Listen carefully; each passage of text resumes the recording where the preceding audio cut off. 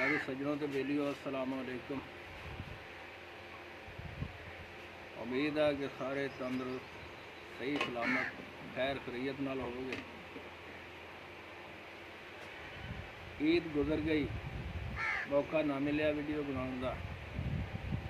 सारे दोस्त आगे गुजारिश है कि दुआ करो अल्लाह तबारक तआला सब नूं सेहत और तंदुरुस्ती अता करे। दरम्याने बेटे की तबीयत खराब हुई सी, इस वजह तो वीडियो लेट हो गई। तो सारे दोस्तों नूं मेरी तरफों ईद दियां मुबारकां।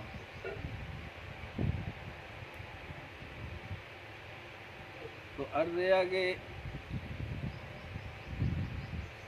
एक किसान सी, एक उहदे घर वाली ते एक उहदा बेटा। वो एक जंगल दे विच रहिंदे सी कुटिया बना के। ते वो किसान जिहड़ा उहदा काम सी उस आदमी दा कि जंगल दे विचों लकड़ां कट के लिया के ते फरोख्त करके उहदे नाल अपनी गुज़र-औकात करदे सी। एक बेटा अल्लाह तबारक तआला ने उन्हां नूं दित्ता सी जिहदा नाम सी सरफू। ते सरफरू की परवरिश करते रहे और रिढ़दा खुरदा हौली हौली वो भी जवानी चढ़ गया। तो जिहड़ा लकड़हारा सी वो भी बुढ़ा हो गया। वक्त गुजरता रहा तो एक दिन लकड़हारे की तबीयत खराब हुई तो अपने घर वाली नूं कहंदा कि बंदिए अल्लाह दी भी आपां उन्हां बच्चे नूं काम सिखाईए। माशाअल्लाह बच्चा जवान हो गया है, हुण लकड़ा लुकड़ा लियाया करे। ते जिहड़ा गांह को कारोबार का सर्कल चले, मैं हुण बुढ़ा हो गया।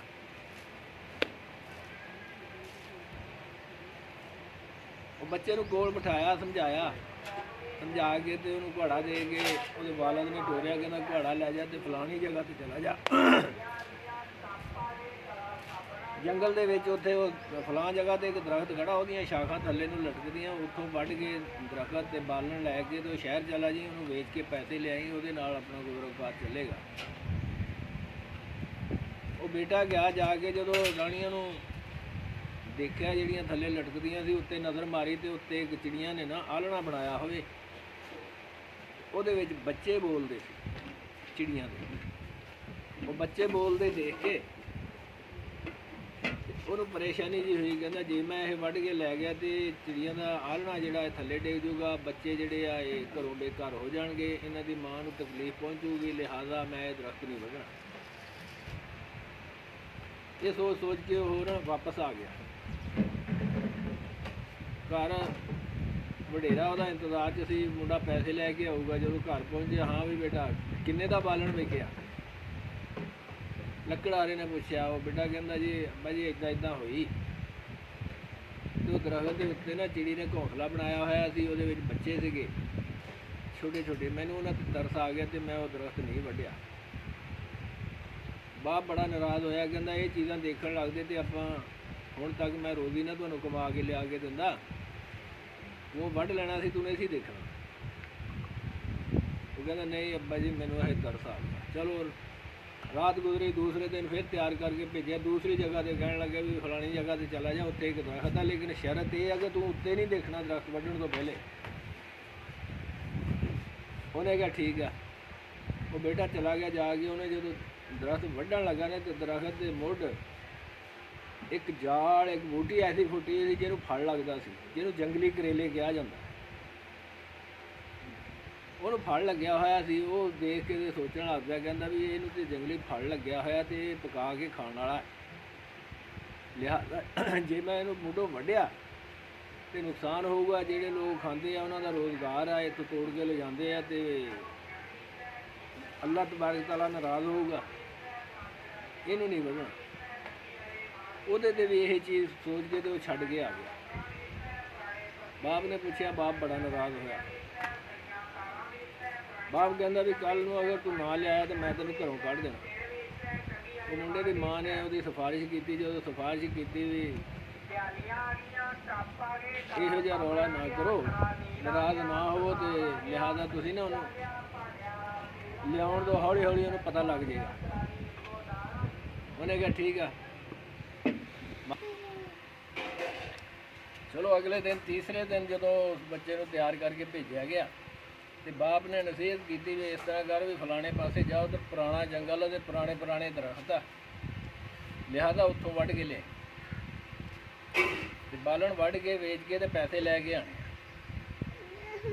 ਬੇਟਾ ਫਿਰ ਚਲਾ ਗਿਆ। ਜਦੋਂ ਗਿਆ ਤੇ ਅੱਗੇ ਜਾ ਕੇ ਦੇਖਿਆ ਬਹੁਤ ਪੁਰਾਣੇ ਦਰਖਤ ਹੋਣ ਤੇ ਨਾਲ ਦੀ ਇੱਕ ਰਸਤਾ ਵਗਦਾ ਹੋਵੇ। ਉਹ ਦਰਖਤਾਂ ਨੂੰ ਦੇਖ ਕੇ ਤੇ ਉਹ ਮੁੰਡੇ ਦੇ ਦਿਲ 'ਚ ਖਿਆਲ ਆਇਆ, ਕਹਿੰਦਾ ਇੱਥੋਂ ਦੀ ਦੁਨੀਆ ਲੰਘਦੀ ਆ, ਪੁਰਾਣੇ ਦਰਖਤ ਆ, ਹੁਣ ਤੱਕ ਇਹ ਸਾਇਆ ਦਿੰਦੇ ਰਹੇ ਆ, ਲੋਕ ਇੱਥੇ ਬੈਠ ਕੇ ਆਰਾਮ ਕਰਦੇ ਹੋਣੇ ਆ, ਸਕੂਨ ਕਰਦੇ ਹੋਣੇ ਆ, ਤੇ ਆਉਣ ਜਾਣ ਵਾਲਿਆਂ ਦਾ ਸਾਇਆ ਖਤਮ ਹੋ ਜਾਣਾ। ਅਗਰ ਮੈਂ ਇਹਨਾਂ ਨੂੰ ਵੱਢ ਲਿਆ ਤਾਂ ਨੁਕਸਾਨ ਆ, ਲਿਹਾਜ਼ਾ ਅੱਲਾ ਦੀ ਮਖਲੂਕ ਨੂੰ ਤਕਲੀਫ ਪਹੁੰਚੂਗੀ, ਅੱਲਾ ਨਾਰਾਜ਼ ਹੋਊਗਾ। ਉਹ ਇਹ ਚੀਜ਼ਾਂ ਸੋਚ ਕੇ ਉਹਨੇ ਫਿਰ ਦਰਖਤ ਨਹੀਂ ਵੱਢਿਆ। ਜਦੋਂ ਨਹੀਂ ਵੱਢਿਆ ਤਾਂ ਵਾਪਸ ਆਇਆ ਹੁੰਦਾ, ਰਸਤੇ ਦੇ ਵਿੱਚ ਇੱਕ ਨਹਿਰ ਆਈ ਤੇ ਉਹਨੇ ਆਖਿਆ ਵੀ ਇਹ ਨਾ ਘੁਆੜਾ ਹੋਵੇ ਨਾ ਇਹ ਰੌਲਾ ਪਵੇ। ਉਹਨੂੰ ਘੁਆੜਾ ਚੱਕ ਕੇ ਤੇ ਮਾਰਿਆ ਨਹਿਰ ਦੇ ਵਿੱਚ, ਘਰ ਪਹੁੰਚ ਗਿਆ। ਜਦੋਂ ਘਰ ਪਹੁੰਚਿਆ ਬਾਲਦ ਨੇ ਦੇਖਿਆ, ਹਾਂ ਬੜਾ ਖੁਸ਼ ਵੀ ਅੱਜ ਬੇਟਾ ਵਾਹਵਾ ਪੈਸੇ ਲੈ ਕੇ ਆਇਆ ਹੋਣਾ, ਪੁਰਾਣੇ ਦਰਖਤ ਵੱਢੇ। ਜਦੋਂ ਬਾਲਦ ਨੇ ਪੁੱਛਿਆ ਤੇ ਉਹਨੇ ਆਪਣੀ ਸਾਰੀ ਕਹਾਣੀ ਸੁਣਾਤੀ। ਜਦੋਂ ਕਹਾਣੀ ਸੁਣਾਈ ਤੇ ਬਾਲਦ ਨੇ ਡੰਡਾ ਚੁੱਕ ਲਿਆ, ਕਹਿੰਦਾ ਵੀ ਚੱਲ ਨਿਕਲ। ਉਹਦੀ ਮਾਂ ਸਿਫਾਰਿਸ਼ ਕਰਨ ਲੱਗੀ, ਕਹਿੰਦਾ ਵੀ ਬੰਦੀਏ ਖੁਦਾ ਦੀ ਚੁੱਪ ਕਰ ਜਾ। ਗੁੱਸੇ ਜਾ ਕੇ ਉਹਨੂੰ ਉਹ ਬੇਟੇ ਨੇ ਘਰੋਂ ਸਫ਼ਰ ਅਖਤਿਆਰ ਕਰ ਲਿਆ। ਇੰਨਾ ਟੁਰਿਆ ਕਿ ਥੱਕ ਗਿਆ। ਸਫ਼ਰ ਕਰਦਿਆਂ ਜਦੋਂ ਥੱਕ ਗਿਆ, ਇੱਕ ਮੰਜ਼ਿਲ 'ਤੇ ਪਹੁੰਚਿਆ ਜਾ ਕੇ, ਉੱਥੇ ਤੇ ਟੁਰਿਆ ਜਾਂਦਾ, ਅਖੀਰ ਲੱਤਾਂ ਖਿੱਚ ਕੇ ਰੱਖਦਾ, ਅਖੀਰ ਵਿਚਾਰਾ ਡੇਗ ਕੇ ਬੇਹੋਸ਼ ਹੋ ਗਿਆ। ਕੁਦਰਤ ਅੱਲਾ ਦੀ, ਜਿੱਥੇ ਉਹ ਡਿੱਗ ਕੇ ਬੇਹੋਸ਼ ਹੋਇਆ ਤੇ ਉਹ ਸਾਹਮਣੇ ਇੱਕ ਹਵੇਲੀ ਸੀ ਤੇ ਉਸ ਹਵੇਲੀ ਦੇ ਵਿੱਚੋਂ ਇੱਕ ਬੰਦਾ ਨਿਕਲਿਆ।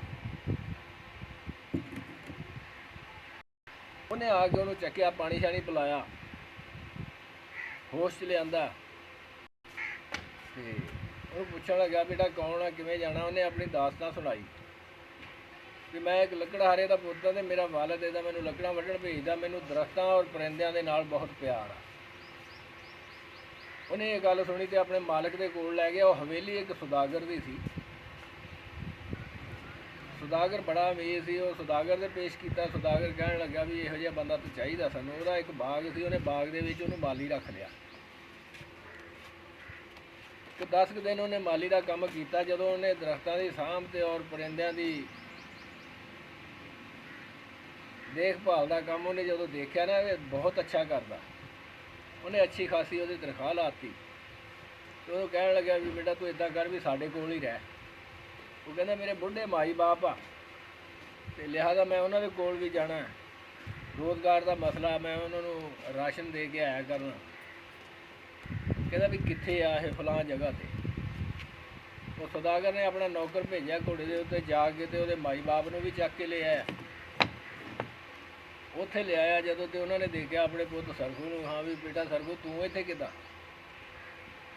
ਕਹਿੰਦਾ ਆਪਣੇ ਨੂੰ ਉਹਨੇ ਦੱਸਿਆ ਕਿ ਇੱਦਾਂ ਮੈਂ ਇੱਥੇ ਡਿੱਗ ਕੇ ਬੇਹੋਸ਼ ਹੋਇਆ ਸੀ, ਇਹਨਾਂ ਨੇ ਮੈਨੂੰ ਹੋਸ਼ ਦਿਲਾਇਆ ਤੇ ਆਪਣੇ ਕੋਲ ਕੰਮ 'ਤੇ ਰੱਖ ਲਿਆ। ਲਿਹਾਜ਼ਾ ਮੈਨੂੰ ਪਰਿੰਦਿਆਂ ਨਾਲ ਔਰ ਦਰਖਤਾਂ ਦੇ ਨਾਲ ਮੁਹੱਬਤ ਸੀ, ਉਹਦੀ ਵਜ੍ਹਾ ਤੋਂ ਇਹਨਾਂ ਨੇ ਰੱਖਿਆ ਤੇ ਇਹਨਾਂ ਨੇ ਮਾਲੀ ਖੜਾ ਕਰ ਲਿਆ। ਮੈਂ ਉਹਨਾਂ ਦੀ ਹਿਫਾਜ਼ਤ ਕਰਦਾ ਬਾਗ ਦੀ ਔਰ ਪਰਿੰਦਿਆਂ ਦੀ, ਤੇ ਇਸ ਵਾਸਤੇ ਇਹ ਮੈਨੂੰ ਤਨਖਾਹ ਦਿੰਦੇ ਸੀ। ਉਹ ਸੁਦਾਗਰ ਕਹਿਣ ਲੱਗਾ ਮੈਨੂੰ ਬੜੀ ਖੁਸ਼ੀ ਹੋਈ, ਤੁਸੀਂ ਇਹਦੇ ਮਾਂ ਬਾਪ ਆ, ਹੋਰ ਬੰਦਾ ਕੋਈ ਨਹੀਂ। ਤਾਂ ਉਹਨਾਂ ਨੂੰ ਮਕਾਨ ਵੀ ਦਿੱਤਾ, ਰਿਹਾਇਸ਼ ਵੀ ਦਿੱਤੀ, ਖਰਚਾ ਵੀ ਦੇਣਾ ਸ਼ੁਰੂ ਕਰ ਦਿੱਤਾ, ਆਪਣੇ ਕੋਲ ਰੱਖ ਲਿਆ। ਉਹ ਬੱਚੇ ਦੀ ਨੇਕ ਨੀਅਤੀ ਜਿਹੜੀ ਸੀ ਨਾ ਉਹਦੇ ਕੰਮ ਆ ਗਈ। ਸਾਰੀ ਜ਼ਿੰਦਗੀ ਜਿਹੜੀ ਮਾਈ ਬਾਪ ਦੀ ਵੀ ਉਹਦੀ ਵੀ ਬੜੀ ਖੁਸ਼ੀ ਦੇ ਨਾਲ ਗੁਜ਼ਰੀ। ਉਮੀਦ ਬੜੀ ਹੈ ਕਿ ਤੁਹਾਨੂੰ ਇਹ ਕਹਾਣੀ ਪਸੰਦ, ਲਿਹਾਜ਼ਾ ਅਗਰ ਪਸੰਦ ਆਈ ਹੈ ਤੇ ਚੈਨਲ ਨੂੰ ਸਬਸਕ੍ਰਾਈਬ ਕਰੋ, ਸ਼ੇਅਰ ਕਰੋ ਤੇ ਕਮੈਂਟ ਦੇ ਵਿੱਚ ਦੱਸੋ, ਬੜੀ ਮਿਹਰਬਾਨੀ ਹੋਏਗੀ। ਸ਼ੁਕਰੀਆ।